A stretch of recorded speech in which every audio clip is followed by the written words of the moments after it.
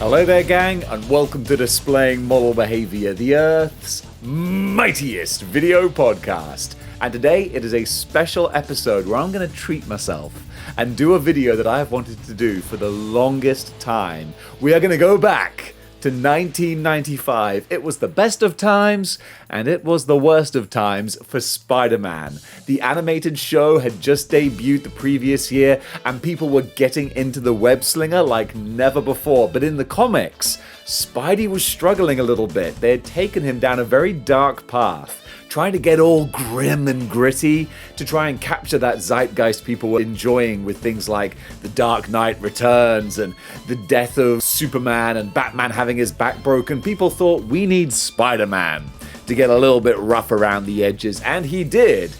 And it did not go well, so they brought in a little something called the Clone Saga, which was going to magically fix everything.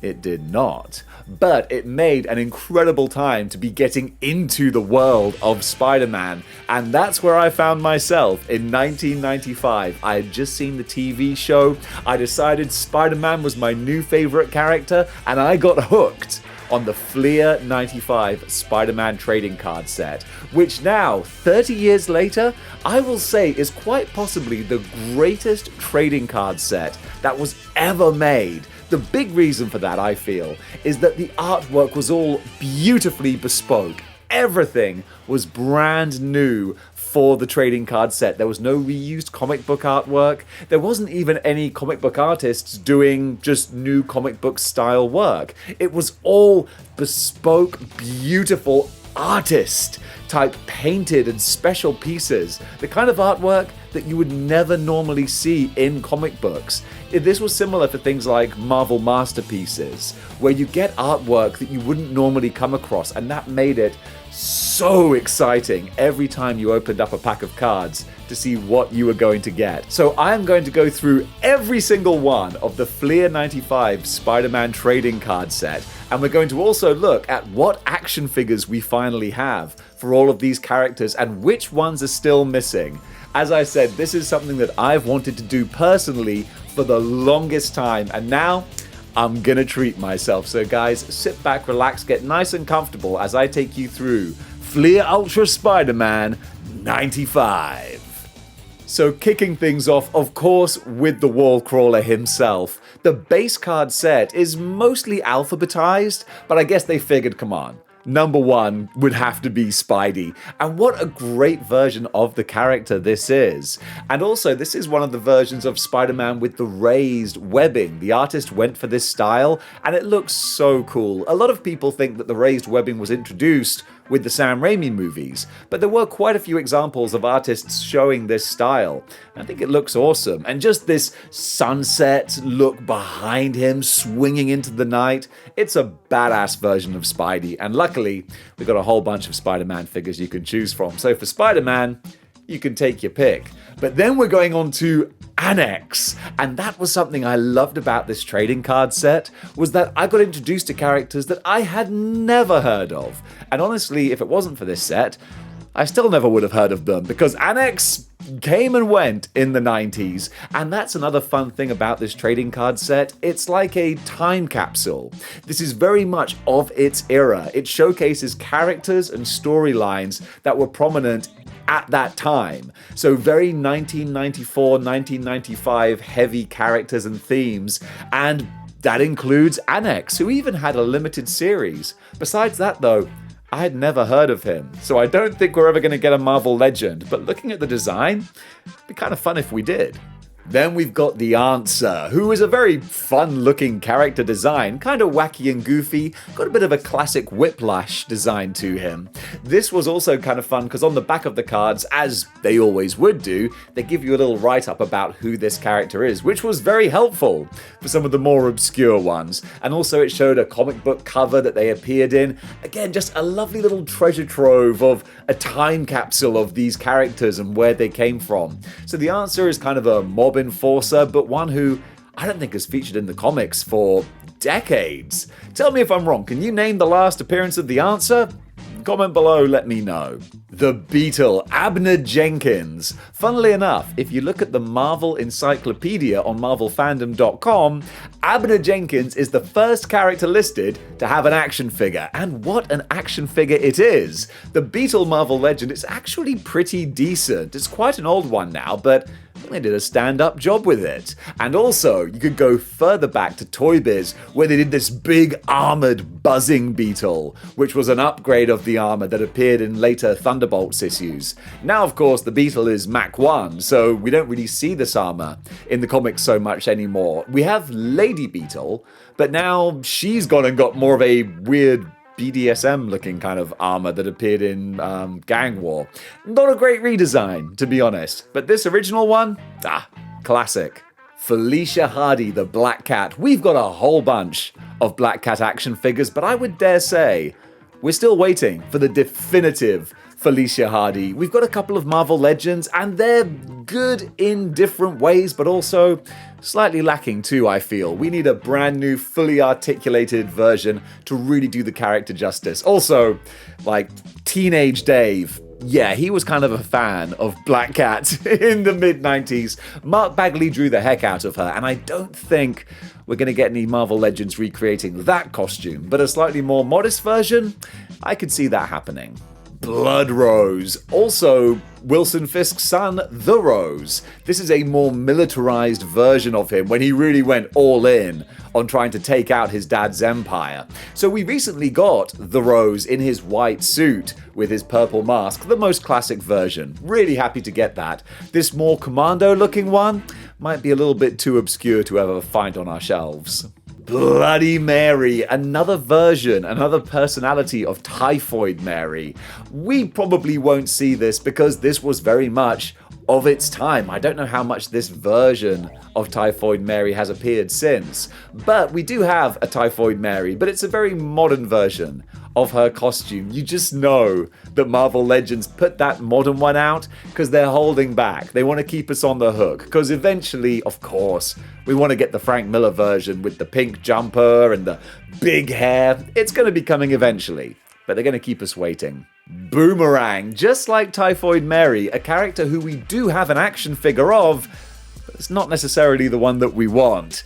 It's the more modern version of Boomerang, who's still pretty cool, but this bright 90s, more wacky, slightly silly looking costume, that's what comic books are all about. So hopefully, fingers crossed, we'll get a bright blue, purple, classic version of Boomerang sooner than later.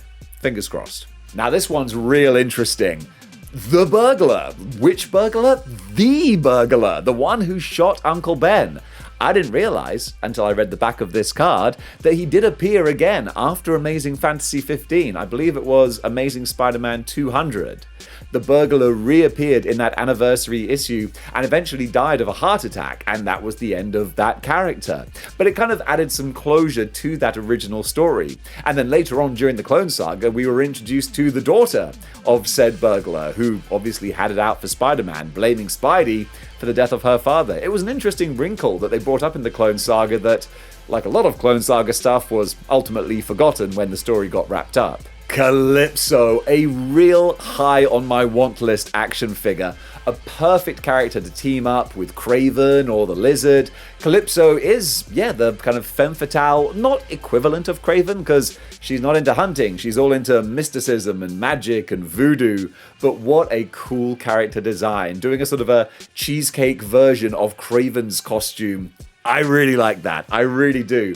I can see us possibly getting Calypso at some point down the line, maybe in a slightly more modest version of her costume.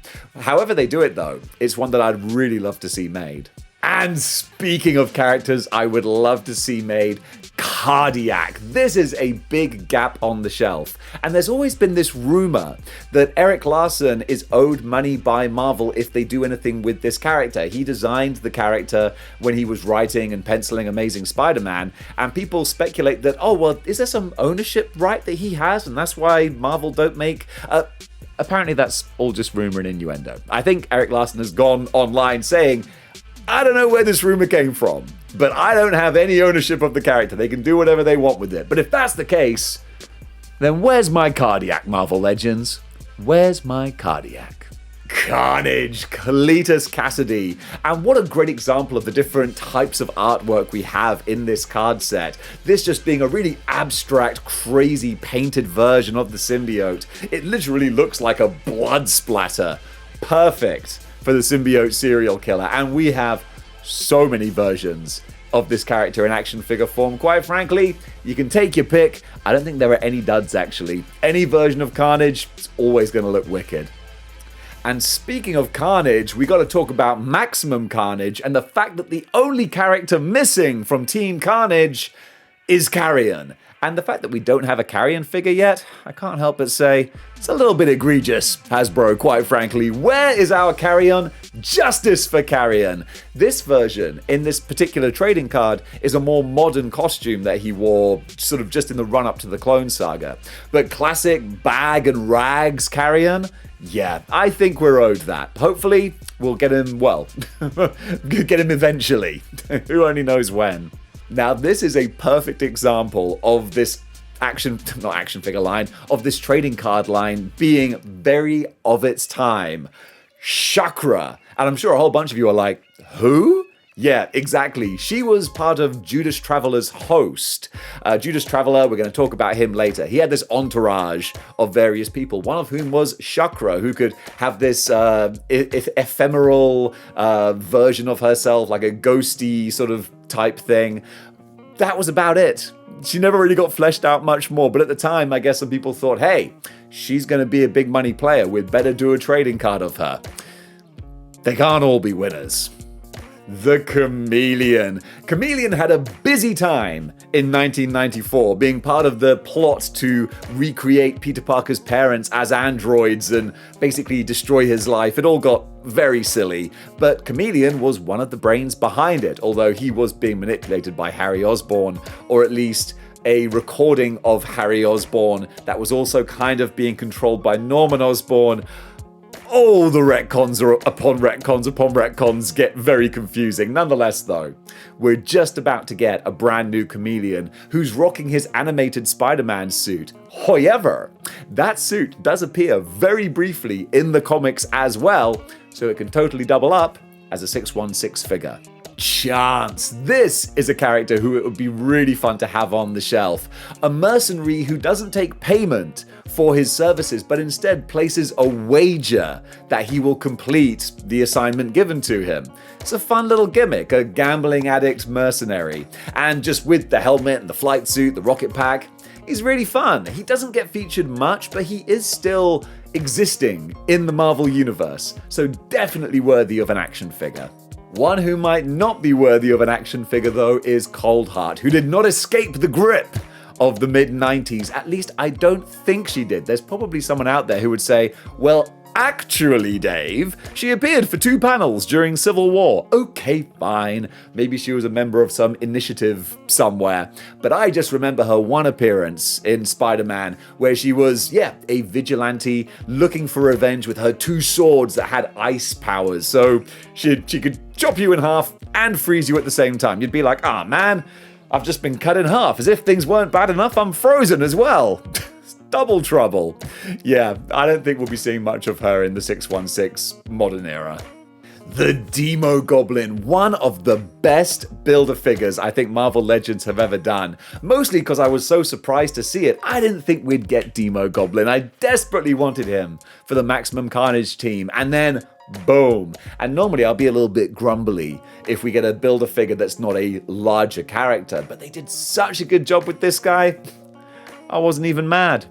And now Dr. Otto Octavius. Of course we have a few Dr. Octopuses. Dr. Octopi? That might be right. But what we don't have is Doc Ock in his suit. And in the mid-90s, he was rocking that suit. Normally a white version. You can see he also wears a brown one and a grey one.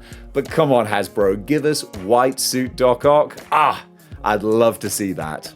Doppelganger, such a fun character. The Magus, I think, made this during Infinity Crusade. Something like that. He made a whole bunch of monstrous versions of the Marvel heroes.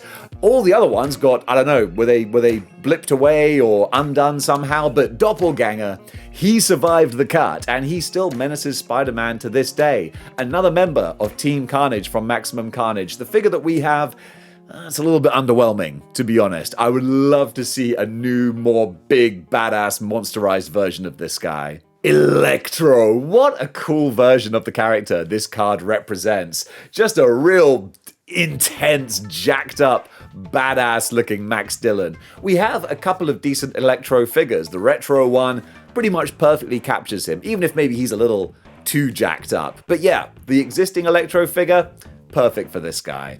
And Scream, or in this day and age, female symbiote. That's all she was listed as. She hadn't been fully fleshed out yet. I can't remember the name of the lady who was actually occupying this symbiote at the time. Now it's Andy Benton in the comics. Really fun new character. Although they've changed her powers, they've mixed her up with Anti-Venom, and now she's called Silence, and she's kind of got more of a white and red color scheme. Honestly, I feel like it's kind of a downgrade. We do have a version of Scream in action figure form. There's a couple if you go way back in time. But honestly, this is one I'd love to see a newer version of. The Green Goblin, which could be anyone under that mask according to this card. Was it Harry, Norman? Take your pick. We've got a very nice Green Goblin Marvel Legend, even if his eyes are a little bit weird looking. Me personally, I love the Mezco. That's actually one of my favorite action figures just in general. But yeah, there's a lot of different versions of the Green Goblin out there. The animated one too. He's really cool. Yeah, we're pretty spoiled for Green Goblins. Another character who did not escape the 90s, or did he? He might have been resurrected during the Gauntlet storyline. Whatever. The son of Kraven the Hunter, the Grim Hunter, out for revenge against Spider-Man. He had a couple of appearances before having his neck snapped by Kane. More on that later. But yeah, no action figures. Hammerhead, a fantastic modern Marvel legend. The team went all in on making pretty much this version of Hammerhead in his blue pinstripe suit. Absolute chef's kiss of an action figure. Really did the gangster justice. The Hobgoblin. So I guess in the comic book timeline, he had finally been separated from the demonic entity because, of course, we had Demogoblin. At a time, they were fused together and there was some real gnarly body horror going on. But now he's just good old Jason Macendale as the Hobgoblin, or maybe Roderick Kingsley. That's another one whose identity is always up and down and across and all over the place. But the bottom line is, we do have a couple of nice Hobgoblin figures from Marvel Legends, and even a real gnarly, monstrous one from Toy Biz back in the day. But you know what? I'd always be happy to see a new Hobgoblin, because he's just such a fun, toyetic character.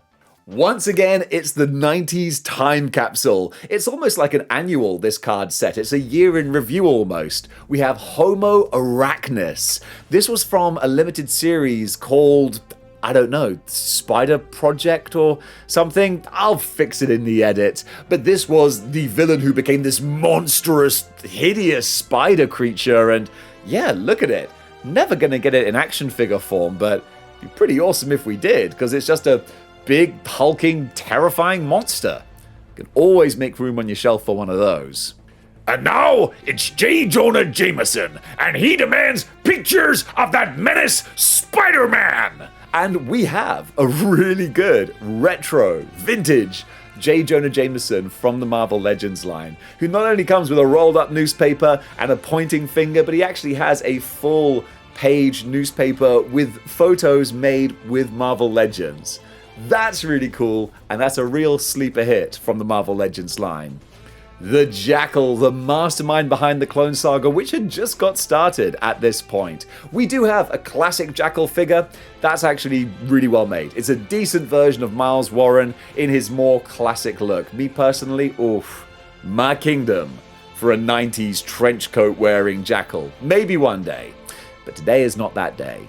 Now, I mentioned him before, Judas Traveler, who was introduced as the new big bad in Spider-Man. This god-level character who was obsessed with learning more about the nature of good and evil and wanted to study Peter Parker because he was so intrinsically a good person. However, what wasn't good was the writer's plan for the character, in that there was none. They didn't know where they were going to go or what they were going to do, and eventually it was just revealed that he was an illusionist, essentially, who was a little bit caca for cuckoo puffs. Because they were like, well, we can't have Spider-Man fighting a god. Okay, let's just turn him into a crazy old man then. And that's what they did. Unfortunately, it means we probably won't ever get an action figure. And now it's my boy, Kane. That's gotta be Kane! We're finally getting a Kane action figure, a 90s Kane action figure.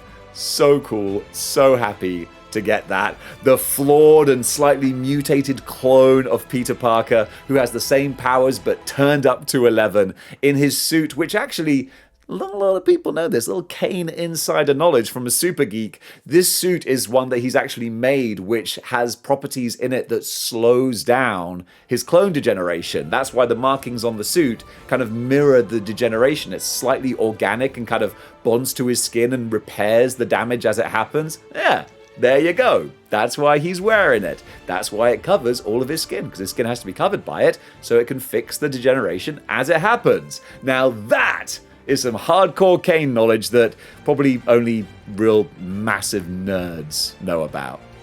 And I'm one of them.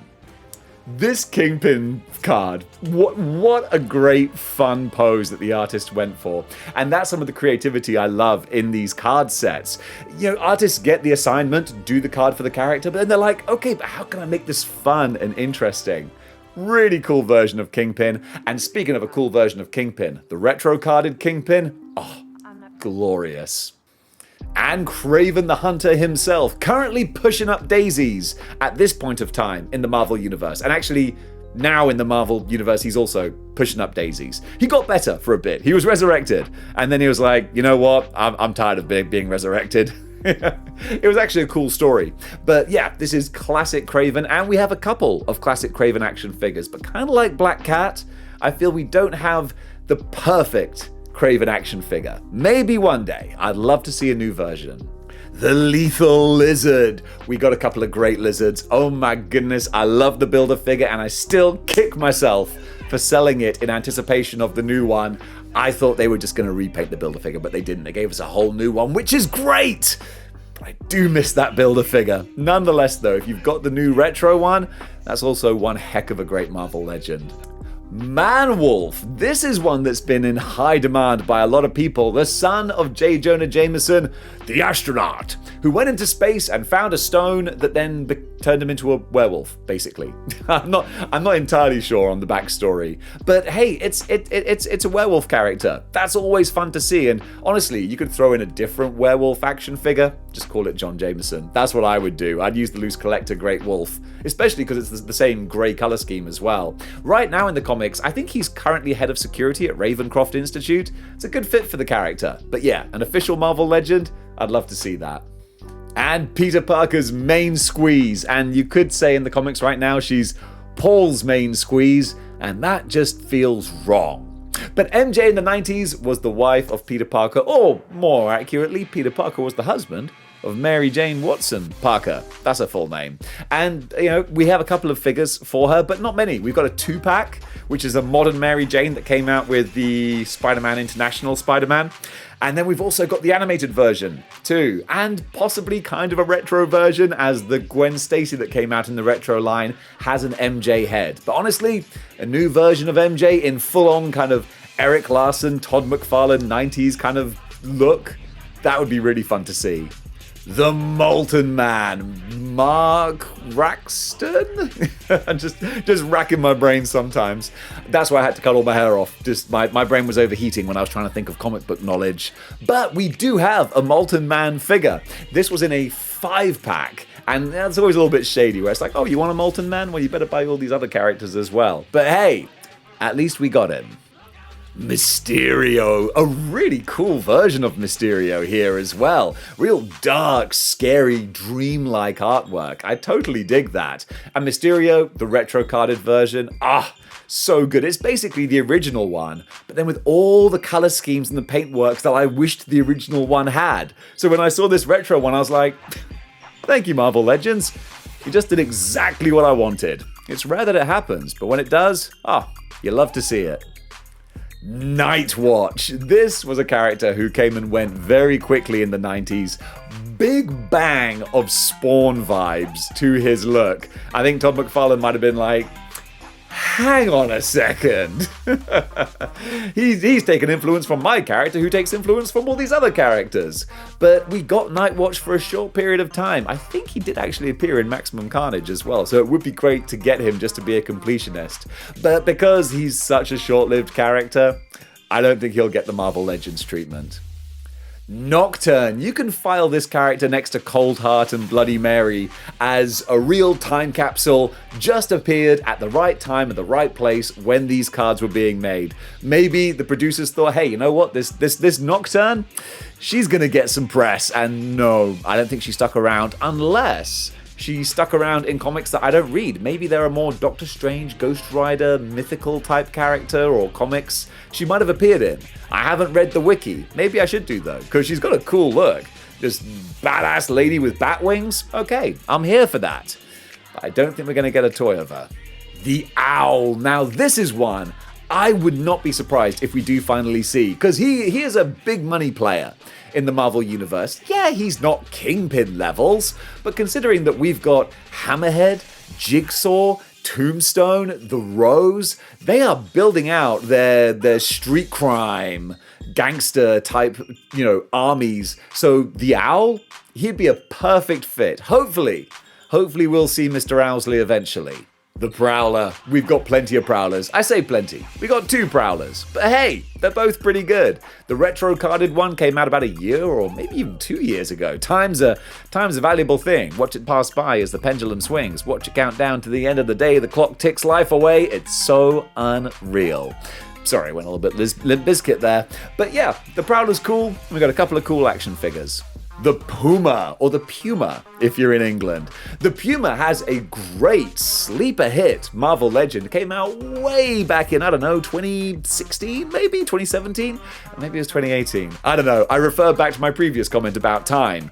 But he's great. The Puma action figure is fantastic. Really does the character justice. And yeah, I don't think it even needs an update. To this day, still stands the test of time. It's the Rhino! And again, I think this is probably the same artist who did Mysterio, maybe Carnage as well. Just beautiful painted artwork. Just gorgeous, really gorgeous stuff. And speaking of gorgeous, the retro Rhino, yeah, they took the Build-A-Figure and just zhuzhed him up a little bit. A nicer paint job, some open hands, some new faces. Great Marvel Legend. And speaking of great Marvel Legend Build-A-Figures, the Sandman. The version of Sandman on this card, not such a big fan of. He's got a funny looking costume going on. I don't dig that. This was back when the Sandman was kind of heroic. He was reforming himself and he had been a part of the Avengers for a while. He was working for Silver Sable with her Wild Pack. They eventually retconned the character back to being a villain, but for a time, he was one of the good guys. And that Build-A-Figure is still fantastic. Or if you want a more human-sized Sandman, they got the retro card version as well. I've always been tempted to pick up the Select. Maybe one day. In the meantime, though, he's a cool character with a few cool action figures. Sandstorm. Remember Sandstorm? No, me either. But he appeared for a couple of issues in the 90s. And again, I refer you to the case of right place, right time. Will we ever get an action figure? Absolutely not. He's got a fun look though. But a character who did escape the 90s and has withstood the test of time is Ben Reilly, the Scarlet Spider. Very nice looking card here, and honestly, they've done so many great versions of the Scarlet Spider from Marvel Legends. We got the one from the Build-A-Figure wave, we've got the retro version of that same guy on the Pizza Spidey mold, and now we've got a brand new Scarlet Spider on the Renew Your Vows body. Yeah, we're kind of spoiled. I think it's very lucky that in this day and age we're still getting a whole bunch of Clone Saga figures. Ben Reilly, they're doing him justice. I honestly can't complain. And I love complaining. Matt Gargan, the Scorpion. We've got a fantastic retro Scorpion. They did what they often tend to do, which makes me very happy. They release one version of the character and then I think, I like this, but if only they tweaked these little things about the paint job, and then they do exactly that. So this card has the thing that I don't like about the original Scorpion, where he's got a green mouth, and I know that's how he's colored in the comics, but That doesn't mean I gotta like it. It doesn't make any sense. I complain about this all the time. Like, what's going on here? Does he put on his mask and then get out some face paint and like paint up his mouth and his lips? And if he does, I have to ask the question, why? So the retro version of Scorpion doesn't have that. He's got the flesh tone on the nose and mouth. Looks so much better. Shocker! Look at the shocker on this card. This is a Roidy Magoo shocker. Look at those 28-inch pythons, brother. This is a jacked up shocker. But the Marvel Legend retro shocker is actually a sleeper hit of a figure. They did 100%, it looks like, brand new bespoke sculpting. Just for Herman Schultz over here. Really great action figure and a really fun B-tier Spider-Man villain. Shriek, another very 90s character who barely escaped from the 90s. She escaped from the 90s just to then be killed off, and then her body was then inhabited by the Demo Goblin, which then became the Demo Goblin. There you go. But in the meantime, in the 90s, she was the main squeeze of Cletus Cassidy, until they inevitably had their own breakup. But we do have an action figure. It's not great. It's kind of bare bones, but at least we have it. But a more zhuzhed up version, that's something I would love to see. And now a character that I feel like we will never get an action figure for, but is probably most deserving, but I also understand why it's probably not going to happen. It is the Sin Eater, a very important character in Spider-Man's lore and history. The death of Jean DeWolf was a huge turning point moment for Peter Parker just in his life growing up. So it was a great tragic story, but again, I think the optics of having a character like the Sin Eater on kids' toy shelves, I don't think it'll mesh very well, which is a shame because it would be a cool looking figure, but it might just have to be confined purely to the comic books. And now we got Solo, a character who does still pop up in the Marvel Universe every now and then. A vigilante, mercenary type guy, basically think the Punisher, but he can teleport as well. That's pretty much Solo, and yeah, he's kind of fun. Not too much to add though. Certainly no action figures. None that I'm aware of.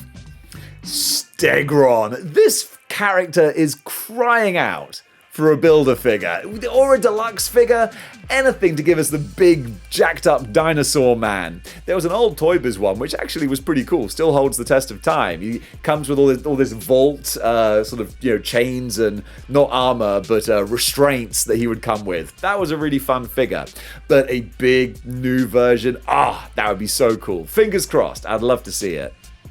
Strike Back, like so many other characters in this card line. Who? Someone, I didn't even read the story originally. The card does give a synopsis. He was a guy who was then injured and then cybernetically enhanced. I think he has a beef with his wife. It's a story that I never encountered in the 90s, and definitely not an action figure we're ever going to see. But an action figure I would love to see is Stunner. Although I don't think the artist who drew this particular Stunner, I don't think really sort of captures the look of the character, I feel. Maybe they chose a human model to work off of, and it's maybe it's just not the way I'm used to seeing her drawn by Mark Bagley, which is a very specific kind of look. Although kudos for going for the complete contortionist, back-breaking 90s pose. It's do I want to show the boobs or the butt? Well, both at the same time. We can do that. Crack.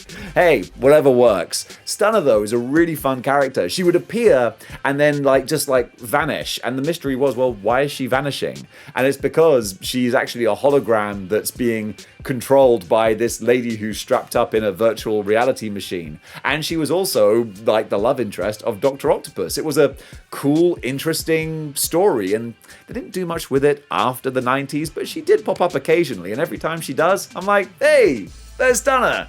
I'm a fan of that Z-list character. Give us a Marvel Legend.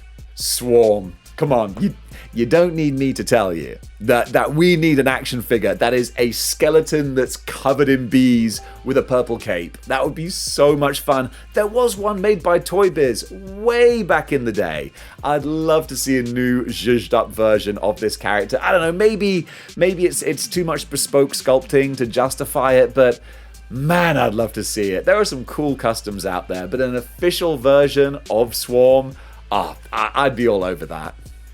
The Tarantula, we do have an action figure of. We got the Tarantula action figure just over a year or so ago in a Spider-Man retro wave. It's kind of the best and the worst of Marvel Legends in that it's so great that we got a unique, lower level character in action figure form. That's great, but oh my goodness, he was bare bones, baby. He was a very, very basic version of the character, but you can at least file it under the category of tick. At least we got him. Hard as marble, cold as ice, Tombstone. We got two versions of Tombstone. I wouldn't have thought that would have happened, but not only did we get two versions, they're both of them are great. He's got his original kind of sort of vampire, Dracula-looking kind of costume, and then his more serious gangster pinstripe suit, which again came out, I think, in the same wave as the Tarantula, and that's terrific. The head sculpts on that figure, absolutely fantastic. So yeah, Tombstone, he's got a lot of good representation. And now Venom. Finally, we got the crazy symbiote, which I'm guessing is done by the same artist who did Carnage. It looks like those would almost fit together. And Venom, take your pick, man. Honestly, I love the new 85th anniversary Marvel Legends figure. Seems to be sold out everywhere. So if you want that Venom, maybe pick him up when you have the chance, because, he seems to be in high demand. And possibly the most nightmare fuel card in this collection, we've got Vermin, which is, the Ratman Vermin, but I don't remember him ever looking this horrifying. But certainly this is another character who we don't have an action figure for, who I feel does deserve it. Vermin, he was a big thorn in Spider-Man's side all throughout the 80s and the early 90s. Maybe one day he'll get the action figure treatment.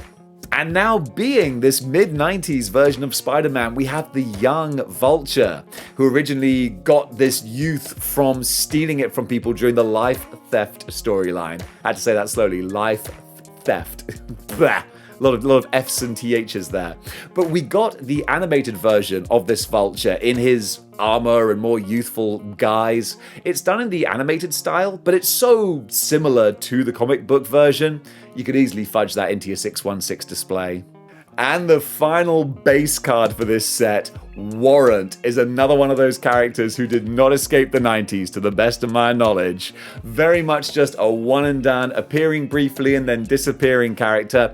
A bounty hunter with shocking or firing gauntlets. I don't know, very, very 90s look. But that in itself, it's kind of beautiful. Who doesn't love the 90s aesthetic? A lot of pockets, a lot of pouches, and a lot of extreme style gumph and attitude. That's what you love to see, even if we never saw it again. So that's the base card set, but that's not all, and that's where this card line really comes into its own, because we've got all these sublines that I really love. I'm going to go over them just kind of quickly, just because I want to showcase to you why this was such a great card set. We had these timeline sets, where they kind of like tell the story. Legacy is what they were called. So here we've got Kraven, the Chameleon, and the Grim Hunter. Of course, you see the legacy of these characters here. And again, these were all figures and stories that featured prominently in Spider-Man at the time. So at this point in the 90s, we were still reeling from the Kraven's Last Hunt storyline. And so his son and is he half-brother? The Chameleon, they were all kind of moving on from that point. Then, of course, the Clone Saga was just kicking into full gear. So we have Carrion and the Spider Clone and the Jackal as well. I kind of forget that Carrion actually has a lot to do with the original Clone Saga, with that being the origin of the Carrion virus. So that's kind of telling the story of the origin of that there. And then on top of that, the next one, we've got the history of the Spider Slayers. And man, whew, would I love to see a Spider Slayer Build-A-Figure. So we've got the original architect of the Spider Slayers, we've got Spencer Smythe, and then also we've got Alistair Smythe as well, who we do have an animated version of, but I'd love a slightly meaner, scarier looking comic book one. But really, it's the Spider Slayers themselves. There was one created by Mark Bagley that had kind of an alien xenomorph design. That would be an awesome figure to have. Then we got the legacy of the goblins or the pumpkin type characters. We got Jack-O-Lantern here. Again, fantastic Jack-O-Lantern figure recently came out in the same wave, I think, as Tarantula and Tombstone. The new Jack-O-Lantern, Really, really great Marvel legend. Then, of course, Hobgoblin as well, and then Demogoblin, both of whom we've covered before. Then we got the Kingpin's legacy. So Kingpin, I mean, that's pretty much, you're looking at a card that is the retro Kingpin. Then we got another look at Blood Rose, aka The Rose. So he's covered too, we've got that. And then, of course, we've got this other version of the character who also never really escaped the 90s, to my knowledge. Then, of course, the Goblins, the legacy of the Goblins. And what we don't have is Peter Parker's cyborg parents in the monstrous kind of form. I don't think we're ever going to get that. It was a one and done appearance, but it did look kind of weird. Then this little card set here is beautiful because it's the symbiote story. But it's done with, I mean, call me crazy, but this looks like claymation. This looks like an artist was given the assignment of doing Black Costume Spider-Man, Venom, and Carnage, and was like, well, what if I just sculpt these guys out of clay? I think Venom looks amazing. Of course, we've got Black Costume Spider-Man and plenty of versions of Venom and Carnage as well. Then also, we're moving on to Milestones now. And this is another fun little subline. So classic milestone moments that build out the history of Spider-Man, but again, with a real focus on this mid-90s era. So we've got the original origin of the spider bite, we've got the death of Gwen Stacy, the black costume, the marriage to Mary Jane Watson, the Craven's Last Hunt, of course, and then Cosmic Spider-Man. And these are where the milestones become less milestones and more just stuff that's happened recently before this card line came out. So Cosmic Spider-Man, we've got a really fun Cosmic Spider-Man figure, which also has a Captain Universe head as well, so it could be either. Then Maximum Carnage, again, we're so close to building out both teams. Then we've got Pursuit, which was basically Peter Parker going full-on revenge mode against the Chameleon. Once he finds out it was Chameleon who masterminded the plot behind his parents returning, or android versions of them, he was so obsessed with sort of destroying the Chameleon that it drove the Chameleon insane. Because the Chameleon was still reeling from dealing with the death of Craven, and basically the whole thing pretty much broke his brain. Then we've got, Power and Responsibility, which was really kind of the start of the Clone Saga, where Judas Traveler comes in and he kind of captures Peter Parker, incarcerates him in Ravencroft just so he can study his psyche and his mental makeup. That's kind of where they first cross paths with Scarlet Spider. And also Scarlet Spider has an encounter with Venom. And this was cool, because it kind of showed how Ben Reilly was a very different person to Peter Parker. His 5 years in exile had really changed him, and Marvel wanted to put him over in a big way. So taking out Venom, that was a big move, big intro. And speaking of taking people out to introduce yourselves, Kane. he needed a few villains to do the job for him, to establish him as a big money player. So unfortunately for the Grim Hunter, he was one of the first ones to get sacrificed. But it was before, but shortly after, Dr. Octopus. Doc Ock in the story Web of Death. He saves Peter Parker's life because Peter, I think, got infected with poison from a scratch from the owl, I think. And Doc Ock was the only person who could mastermind a cure. And Doc Ock's logic was, I'm going to be the one to kill you. Like, no one else is going to have that honor. So if you're going to die from this, I'm going to save your life so I can kill you myself. But of course, Kane beat him to the punch. Then, of course, we've got the start of the Clone Saga. Smoke and Mirrors. That's hardly a milestone. That was like a 2-issue story that only just, started off the Clone Saga and really didn't do much to expand the story. Then the death of Aunt May. One of the worst retcons ever. One of the most heartbreaking stories ever told. And then it was revealed it was an actress. Unbelievable. Now we got some fun ones. We've got another sublet. A sublet? A subset. Sublet's somewhere you live. So this is a whole bunch of Venom stories, Venom team-ups and crossovers that occurred in the 90s. So you have his confrontations with Carnage. You have a Daredevil crossover when Daredevil was wearing his armored costume. He had a run-in with Darkhawk as well. Also, don't let me get ahead of myself. Daredevil and Darkhawk, we got great versions of those characters. 90s Darkhawk and of course Daredevil in his armored costume. Really great underrated Marvel Legends figure. Got Daredevil battling Demo Goblin, tearing it up with Scream or female symbiote. And then there was a story with The Jury, who are a bunch of vigilantes who have a bunch of repurposed Vault Guardsman armor. We've got a Guardsman figure. It's not great though, to be honest. But if we had some Jury figures, they would be fun. Basically, Hasbro didn't think big enough with the Guardsman figures. They could have done some more different alternate parts and pieces so that you could army build them and make them a bit different and kind of turn them into the Jury. Then this guy, and I can't even remember who this guy was called. The Mace. That was it. I saw he was holding a mace. The Mace was a, not one and done, but I think a short-lived 90s vigilante. I think he was kind of tied in with Ghost Rider somehow. Then, of course, Morbius. We've got a couple of Morbius figures. I've got the Mezco Morbius. That is a real hidden gem of a Mezco action figure. Then Silver Sable. We got Silver Sable. We had one that came out quite a long time ago now. But actually, to be fair, it still holds up as a reasonable Silver Sable figure. This would be fun, though. Vengeance. A more monstrous version of Ghost Rider, basically. I know there's a whole story behind it, but that's the Cliff Notes versions. Imagine Ghost Rider, but with fangs and spikes and so much fun detail. I'd love to see a version of this dude. Now, they got another subline. It's sublines upon sublines, but man, for someone who was just getting into Spider-Man, this was like sweet nectar from heaven, man. I was learning so much. So this is a whole line of characters who Peter had teamed up with over the years. So we got Beast from the X-Men, and of course, the retro Beast figure with the lab coat, the glasses, the bottles and beakers. Amazing figure. Black Cat, she's been covered plenty. But yeah, a new version of her, that would be awesome. Black Widow. And this version of Black Widow in the grey jumpsuit with the brown, like, short jacket, we got a deluxe version of her.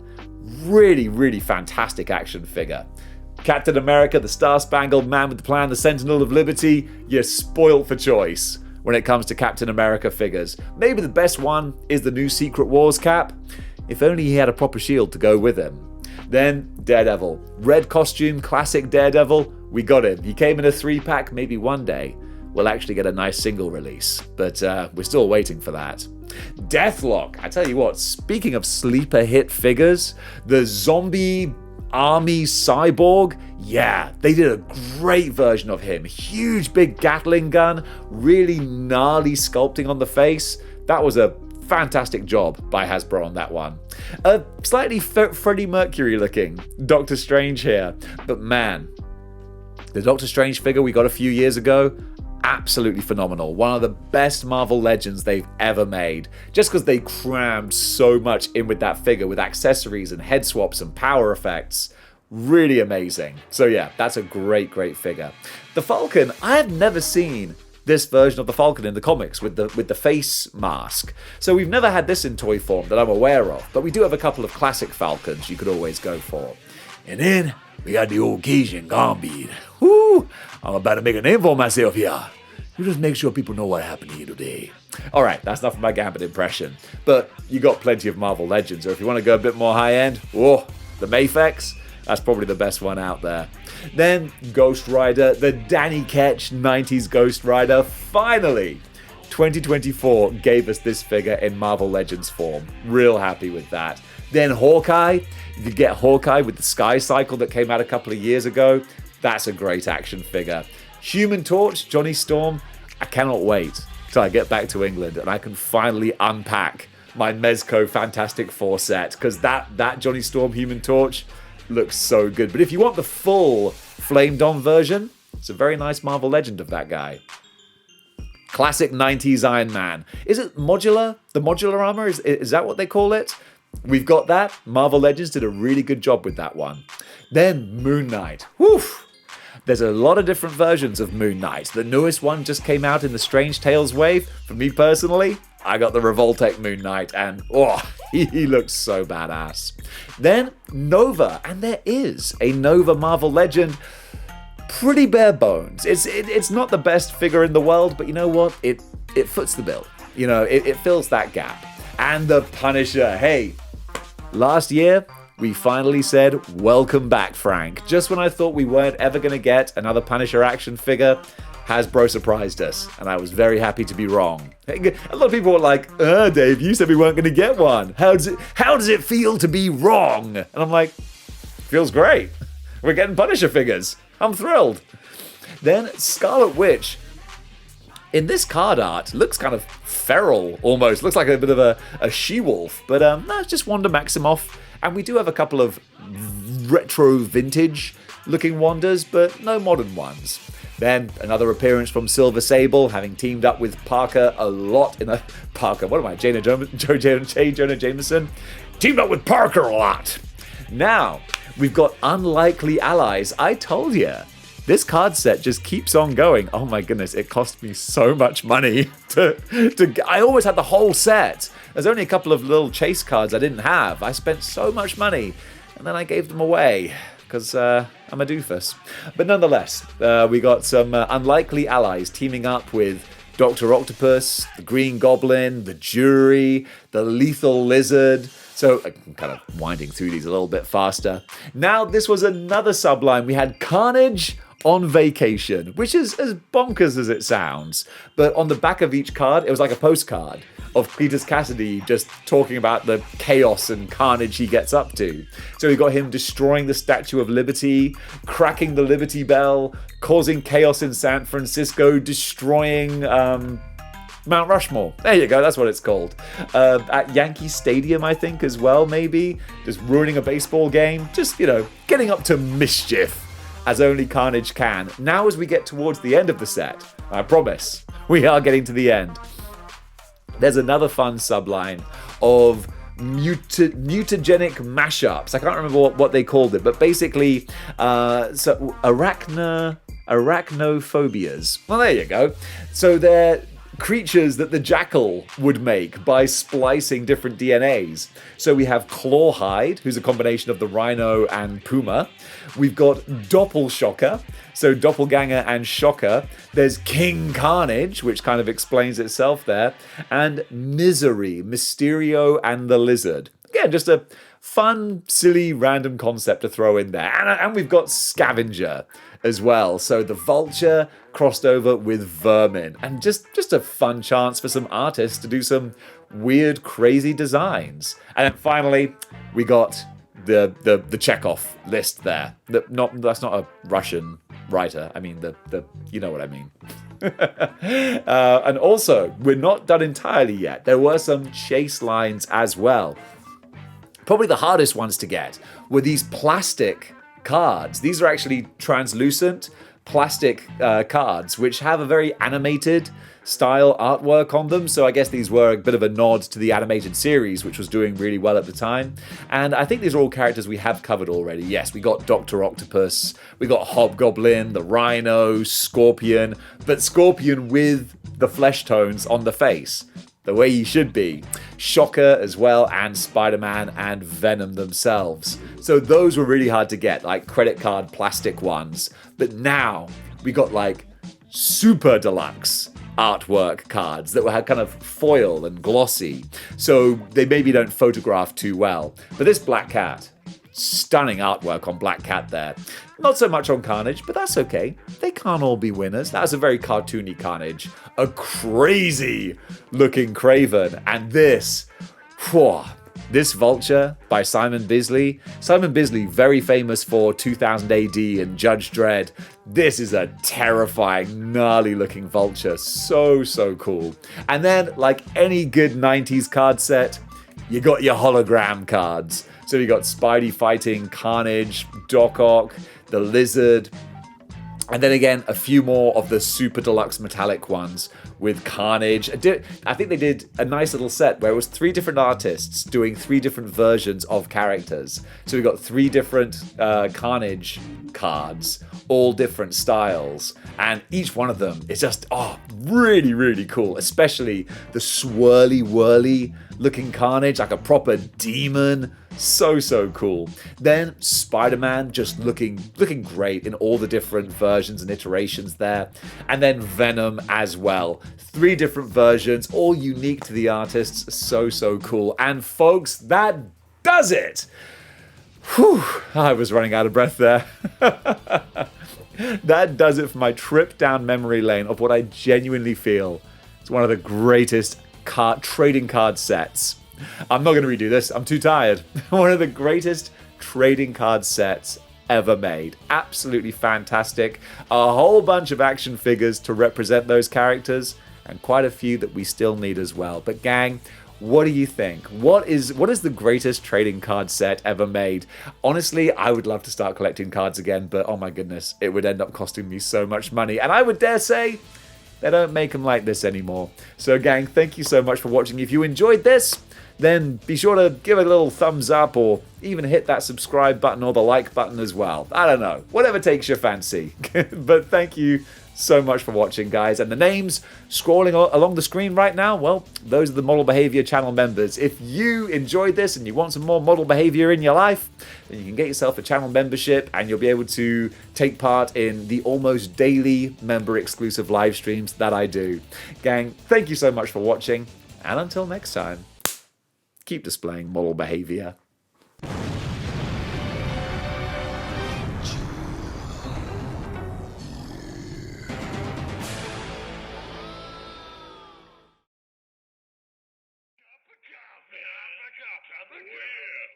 Coffee. Big time.